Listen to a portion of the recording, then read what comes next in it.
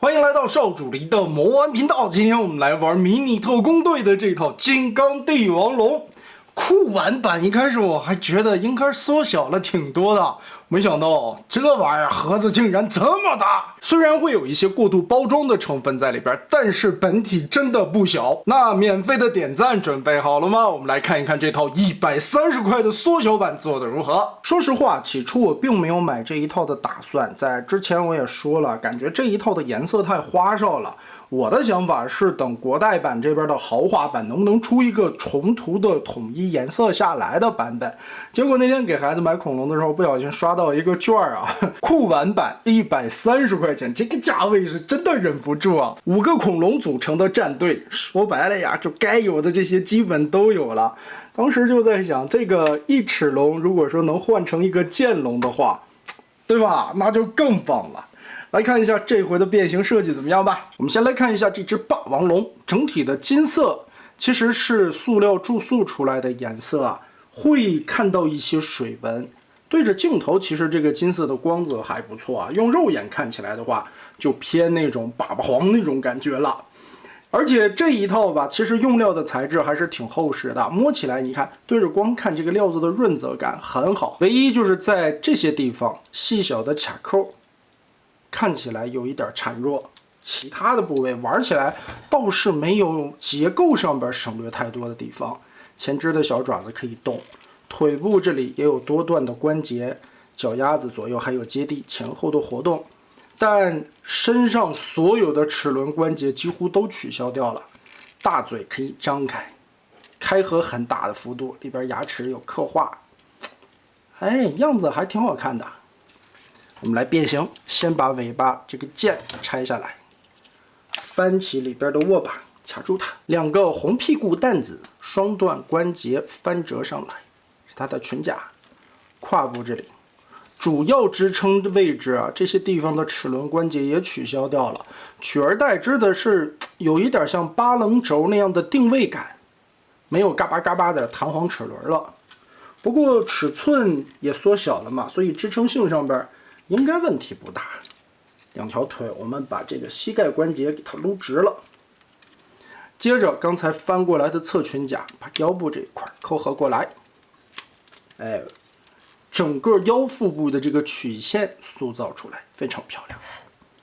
上邊的2個小爪子翻下來，胸口的花紋這裡造型做的也是非常好看的，還行啊。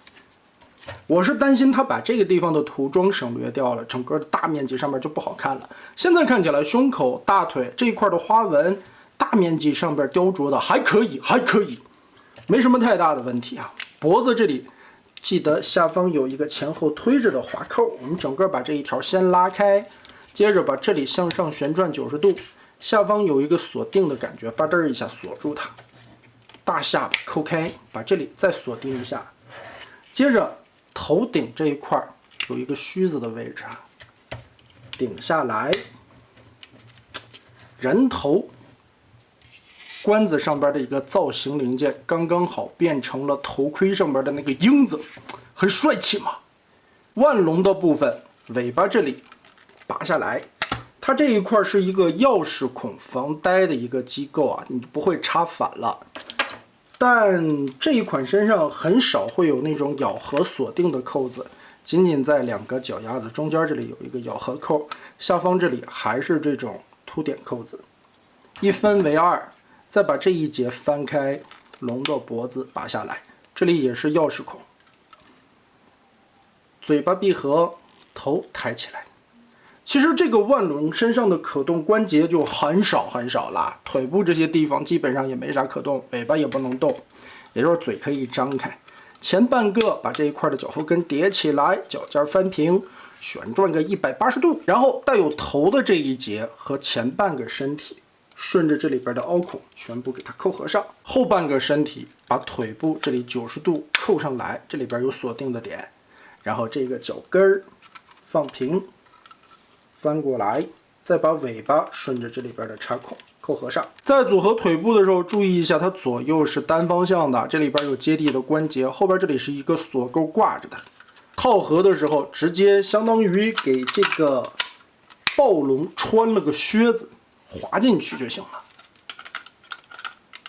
完全扣合进去的时候，注意黑色里边膝盖的位置要套到最里面，有一个锁定的卡点，把它咔锁上，结合的就非常的结实了，固定的很稳定。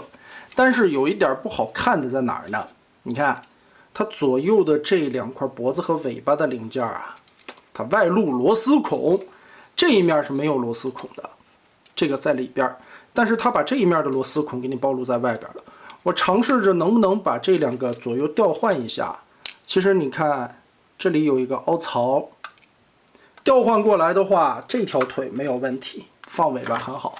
這邊放腦袋啊，這個萬龍頭上的關子就沒有孔插了，所以呢，這個地方不能左右調換啊，就暴露出螺絲孔來，看起來不太美觀。然後是小三角龍，四肢這裡也有多段的活動關節，腿部這一塊活動的軸也挺多，尾巴可以稍微的往上翹一點點，嘴巴可以打開，頭部這裡左右可以擰，上下稍微的能活動一點點。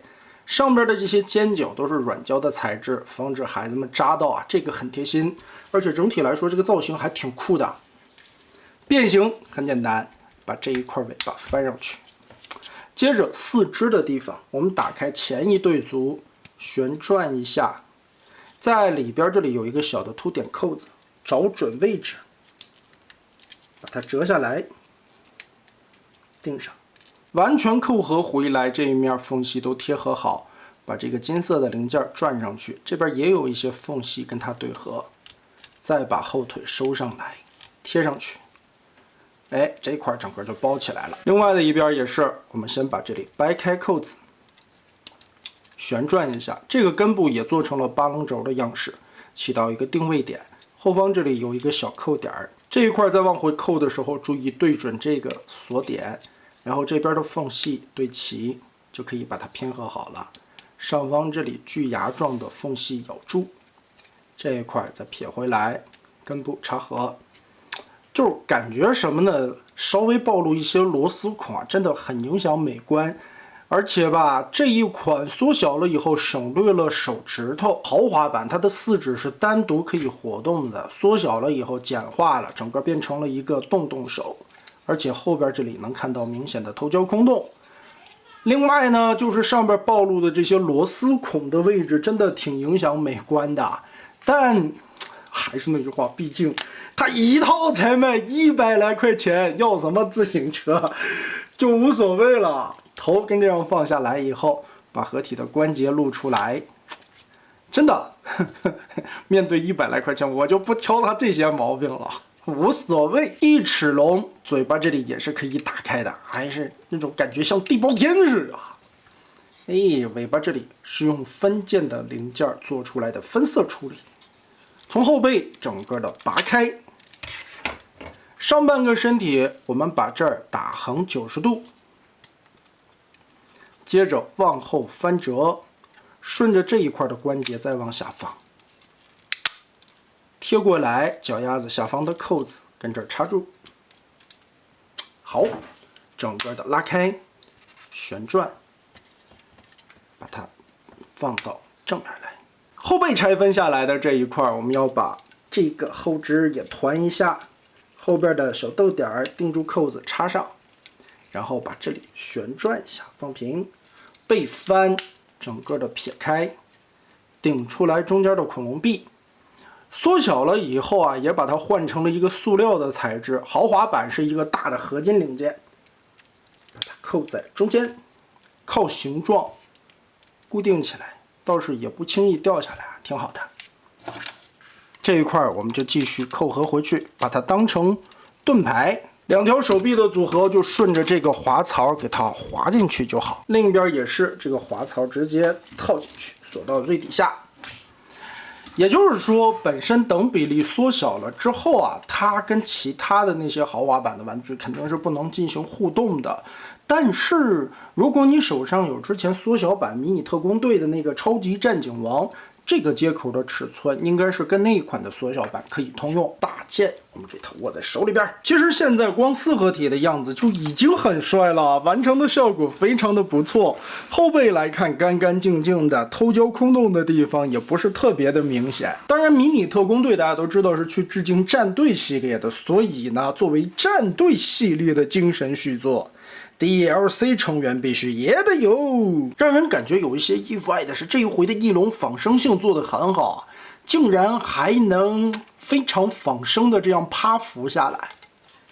當然，你把翅膀打開，旋轉正，爪子往後，也可以擺出來翼龍這個飛翔的姿態，很漂亮。這隻翼龍，而且厚墩墩的，拿起來非常的爽。嘴巴這裡也可以活動，頭部上下抬。我們把脖子給它縮短，兩個爪子收回去，這裡放下來，接着打平這兩個關節，黑色的零件中間是滑道，把它縮下去，鎖住。鎖住以後就不能前後擺動了。把這一節抬起來，上邊的翼龍爪子放平。嘿。這一套身上為數不多的這樣咬扣的地方，結合它的背包，把這裡鎖上。霸王龍的頭頂因為翻出了人形的造型零件，這一塊是空的，也用翼龍的這個喙把窟窿填了起來，很巧妙的一個獨孔設計吧。而且這個背包看起來相當的好看，真漂亮。呵呵，離遠了我們橫着看一下，甚至這個背包的厚度啊，完全不會顯得累贅。這個很難得，那自然加上翅膀以後的氣勢就更足了。哇，太帥了！一開始總覺得這一套花裡胡哨的這個顏色啊，看起來太兒童了。原諒我之前說話太大聲了，還挺好看的，真挺好看的。它這個顏色怎麼說呢？雖然看起來挺花哨，但組合以後用肉眼看起來的效果，你不討厭。全部合體以後，到頭頂最高處將近28公分。到霸王龍的嘴邊上已經將近31公分了，所以即使說它是一個縮小的酷玩版本，這個頭其實還真不含糊。跟豪華版的暴龍戰旋王放一塊兒，基本上也就只低了一個頭。哇，你這可是2個級別啊！我現在甚至有點期待金剛帝王龍的豪華版，它得多大個？雖然酷玩版做了縮小和簡化的處理，但是這個頭雕做的也不含糊啊，非常的好看。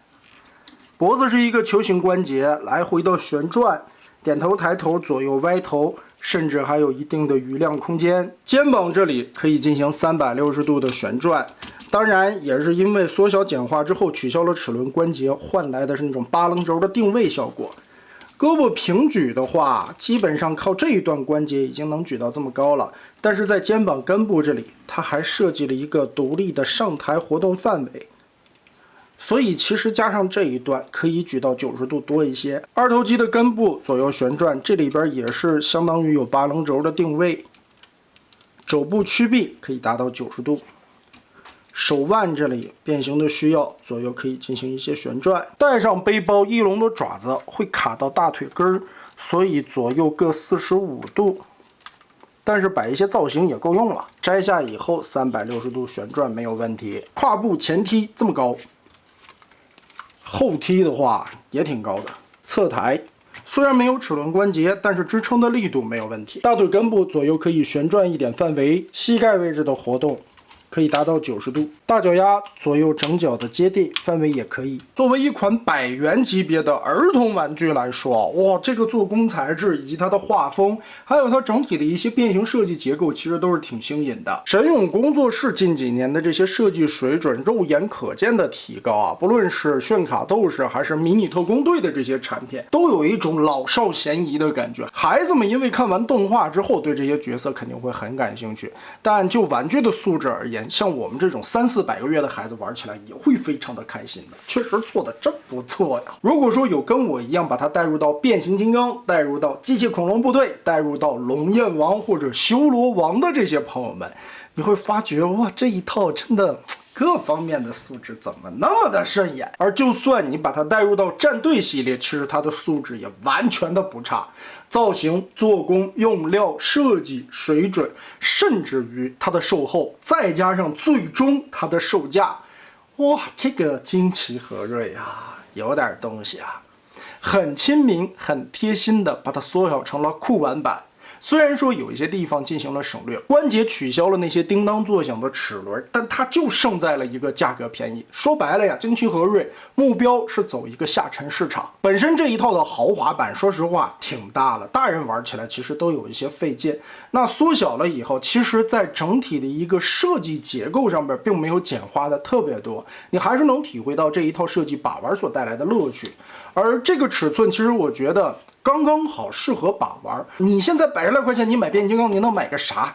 甚至有的時候一些地級別你都買不到。我130塊，哇，這麼大的一個可以組合的5隻恐龍，還挺帥氣的。這也從另一方面體現了，再好的玩具你也得有一個聰明的代理，把它縮小了，做成了所謂這種酷玩版本。你也可以把它理解為一個試用裝。很多人其實都是在不了解這個 IP 的情況下，可以先便宜的買一個酷玩版本來試玩一下。當你覺得真正喜歡這個東西的時候，我相信很多人也會去翻回來追一套豪華版進行收藏。這樣不僅擴大了自己的 IP 影響力，還把自己的產品又增加了一部分的銷量，再將自己所有的產品，不論豪華還是酷玩，價格都做得親民一些。其實我覺得金崎和瑞的這種銷售策略是非常聰明也非常成功的。我覺得同樣作為代理，展高也真應該學習一下這種經驗。首先你需要把自己的目標人群聚攏起來，而不是說家長們去商場裡邊看到一套炫卡鬥士的玩具好幾百塊，而旁邊的迷你特工隊只需要100多塊錢。那麼大的盒子同樣都是過度包裝，核心玩家可能会考慮更多的因素。家长们带着孩子去玩具店、去商超里边购買的时候，肯定性價比是占比最大的一塊因素。所以也是再次稱讚一下金崎和瑞，絕對背後有高人指點。所謂的酷玩版本，哎呀，這個點子妙啊！這一套把玩下來，我真的還是非常喜歡的。雖然不太中意它的顏色，當然後邊肯定這一套拆碎了以後變成5個恐龍是給豆芽玩的。我個人還是等一等豪華版本，如果它顏色統一下來做一個重塗的話，到時候我會買一個豪華的統一顏色的版本自己進行收藏。那麼大家覺得這一套酷玩版本的金剛帝王龍做得如何呢？歡迎大家在評論和彈幕留下你的觀點。這期咱們就玩到這兒吧。